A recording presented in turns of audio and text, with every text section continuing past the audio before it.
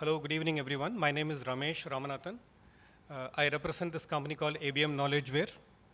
Uh, uh, Today, I'm here to share our experience in terms of, we have huge experience in implementing e-governance in urban local body space, ULB space, over last 2 decades. And I'm here to share some of the very basic issues, challenges and opportunities in terms of how we can implement, what are the simple steps. I'm not going to talk too much about technology, but what we need is how to make use of technology in a very simple way so that the technology is used effectively by everybody. Here technology in the eyes of the citizens on one side and the employees of the government on the other side. Both of them, to be very fair, may not be, we must assume that they are not highly technically sound. So how to make use of this technology and make it simple and yet effective so that we realize the benefits of digitized government services delivery. Okay, the agenda is just about one slide about ABM in e-governance, then a small just to revisit the definition of e-governance and mGovernance, facets of government services delivery, challenges and opportunities in government service delivery from citizens' perspective as well as from government employee perspective, channels of services delivery, leveraging technology, how we do that,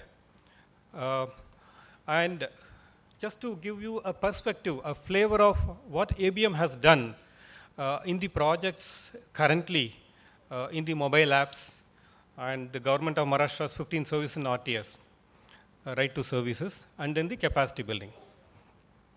I am standing in front of you as a representative of an organization which has got huge experience in the ULB domain in the last about 15, 16 years in implementing e-governance. And ABM Knowledgeware, we are the only company perhaps to be involved in the implementation of e-governance in around 5 states and 3 states statewide. We have proven solutions for the past, which we have implemented, developed through thorough understanding of the ULB processes.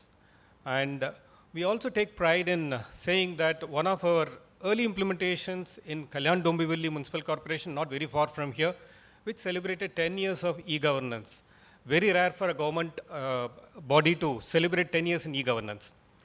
So we have implemented in 500 plus ULBs across 5 states, and which has benefited more than 8.3 crores of urban population. And our services deliver 2.4 crores citizen services annually. Not just ULB, we are also into implementing solutions for port trust, tourism development. Okay, just a small recap. As Mr. Prasad said, this terminologies like e-governance and mGovernance are not new. They are all very old, but let us say we still have to catch up a lot. E-governance and application of ICT, delivering government services, exchange of information and communication transactions over internet, leveraging ICT, then integration of various standalone systems and services between G2C, G2B, and G2G, government to government. We also take this e-governance in digitizing the back-end processes, back-office processes, and interaction within the entire government framework. mGovernance, strategic use of government services and applications, which are only possible through handheld devices like mobile, cellular phone, laptop, PDA, wireless, internet infrastructure. Today, the growth, the mobile phone, especially the smartphones, have made so many technologies obsolete. We talk about camera, we talk about clock, we talk about pages, we talk about so many things. Now it's a PDA. So this is all in one gadget, and why don't we use that also for availing our services, the services of the local authorities, and how we can, like what we do with mobile banking. We also interact with government through mobile. And most importantly, make public information and government services available anytime and anywhere. It's no more 10 to 5 with lunchtime of 1, sometimes extended 2 hours lunch and things like that. It's going to be 24/7, anytime, anywhere. Key aspects of mGovernance: transforming e-government services directly to mobile platform, provide access to mobile technologies. Most importantly, enable smart and flexible working. We provide citizen services anytime and anywhere. Government services delivery, aspects of delivering services from the government perspective through eGov and mGov. It starts predominantly, basically it starts with application from citizens. It could be for a certificate, it could be for grievances, it could be for seeking approval, and so on. This basically has to be an application, formal application, along with enclosures. You have got your residence proof, age proof, photo ID, all those things to be submitted along with the form. And then, once the application is received, processing the submitted application by the government authorities. They go through all these records, take a lot of time scrutinizing that to say yes, no, approved. Then finally the delivery of service happens when the application is approved. It's very simple 3 steps. I'm going to just talk about these 3 only. But what are the challenges? There are challenges. When we talk of technology interface, obviously we have to make it simple. How do we do that? We create e-version of application forms. Creating e-versions of application form is not as simple as how you do it with a manual that we have been practicing for decades. Some fundamental thinking is required. First of all, we need to ask whether all these information that is asked, typically a 4-page application form I have filled in for some property tax assessment and things like that. Do we need that much of a complex document anymore? Why don't we just make the content which is more relevant and eliminate those which are not required? This is something, a business process reengineering. Again, e-governance we did, and mGovernance we still would like to probably check whether this is required. For example, in birth certificate, the current procedure is that, okay, hospital has got the records, we go to the CSC or CFC, submit an application along with the proof of the infant, then wait for the certificate to be signed. Rather than that, instead of an application with so much of annexures or application itself, the ULB will have all the details. Why don't they just, with one small simple form, the credentials of the parents, they can always give the certificate, make things much more simpler. That's what the crux is. Can certificates be given over an app just by giving proper credentials? Creating simple forms such that a literate person with basic minimum IQ should be able to fill in. It shouldn't be too complex. Creating appropriate design of service application forms, complaint forms of different types, and how to go about data building and training, etc. New approach to enclosures. Okay, we ask for host of documents. Okay, please give this, please give that. We actually attach so many documents. Instead of that, why don't we just link the property number with Aadhaar and do KYC? Something similar to what the banking companies do. Know your citizen. Proof of identity may not be required every time. Integration with DigiLocker. This is where the integration with Digital India initiative that has been launched by the Honorable Prime Minister. And DigiLocker facilitates, makes every citizen some free storage of their own documents, government documents, which you safely store it with e-signature and things like that. So you can always give that. Self-attestation of documents and OTP. We get, the life today runs with OTP. Any service that you are doing it over internet, you get an OTP. Then comes processing of application.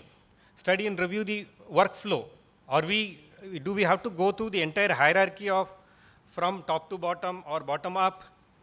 Let's decide that. Eliminate unwanted steps and facilitate objective scrutiny. Just ask only bare minimum and essential information which is missing. That's it. Don't bother about small things. Empower CFC and department clerks to process the application. This is one thing where we need to make a major step forward in terms of empowering people at the field level to not major decisions of financial transaction, but small things. That will settle the quick service delivery. Deciding the channels, the third point, what channels, whether we give the delivery of service through internet or in person or mobile. Okay, the challenges from the government employee perspective, data accessibility in a practical way, heavy workload, that person unfortunately may be handling multiple jobs. So does he really have right load of work?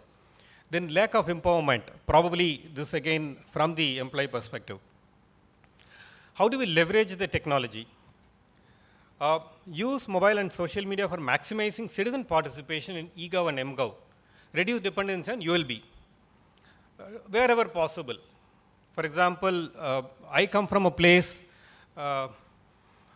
which is severely affected by rains and floods, Chennai. There are a lot of areas where the flooding happened, and at the beginning of this rainy season, somebody was joking that there is Ola sedan hatchback, now there is also Ola boat. It became a reality, unfortunately, or good. They came forward. In many areas, people had to be evacuated through boat only. So we can capture those photographs and upload it so that government immediately, instantly reacts.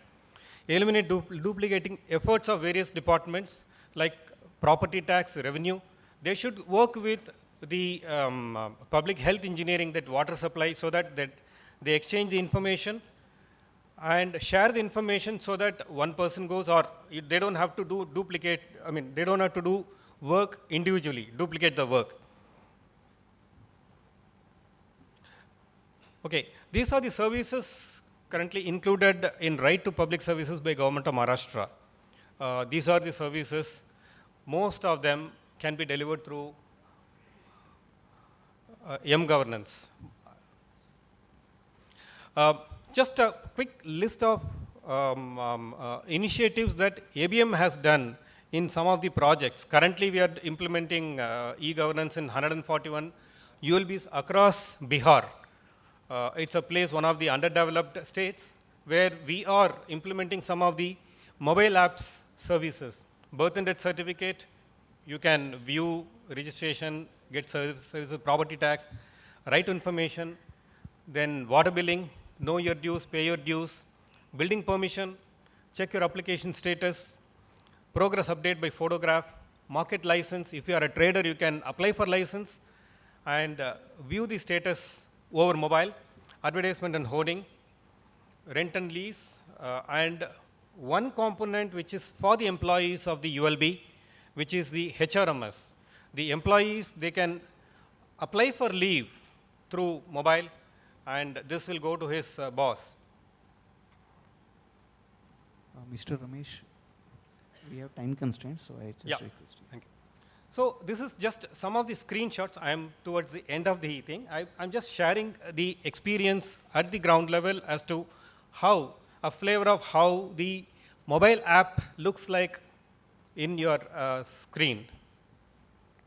This is about birth and death, issue of birth certificate. Again, you have to make the payment similar to what we do most of the transactions today through mobile. We have so many payment gateways. So this is again linked to one of these payment gateways, whether it's credit card, debit card, net banking, or PayU Money, Paytm, everything. So these are all the things that currently we are implementing. Property module, pay your property tax, know your dues, pay your property dues, view property details, and you will be able to get the complete information about over not even a click of computer or your laptop, it's on your mobile. This is the status of property tax. RTI, if you want to apply for any right to information, as per, under right to information, if you want to apply for any information that should be available to you, this also is something we are bringing under this gambit of mobile governance and making it available. This is just a screenshot of RTI, and trace your application. Any application that you have given, whether it is for certificate, whether it is for grievance, whether it is for seeking permission, this is where your tracing the application module will appear like. This is how. And you can always, progress updation you can see. This is also linked to your the photo, geo coordinates. The rightmost is the geo coordinates of your particular property. Okay, I am to the last slide. Okay, another important aspect is capacity building. This is for the employees. Obviously, when technology is catching up, the employees must also be, trained so that they also go with the confidence and talk to the citizens and provide service. Training to staff at all levels, skill development as a critical activity. Infrastructure, please provide proper infrastructure. Today we are talking about the technology obsolescence so fast that somebody bought a prior version about 6 months back. Now next version has come in terms of mobile. The technology is fast becoming obsolescent. So we also need to equip. The government also has to equip with the latest technology enabled devices, gadgets to the field people, so that they are also in a position to give provide effective services. Ensure consistency of IT infra availability. One major challenge is today, especially in rural area, semi-rural urban area, down in the interiors, is the bandwidth and connectivity. When he goes there, property tax collector, or maybe he is going there to assess. If the connectivity is not there, then the whole thing is going to fall flat. So we need to be very consistent about maintaining the IT infra availability. Empowerment, as I said in the earlier slide, the employees should be empowered wherever possible, so that the decision making is fast, and citizen also feels that, okay, the services delivered to me is in time, because justice delayed is justice denied. One thing that I probably can add is that when it comes to taking decisions, probably the revenue portion should be left, may not, probably that could be a source of conflict, but again, decision making in terms of document scrutiny and payment collection, bill disputes can be settled on the spot. Okay.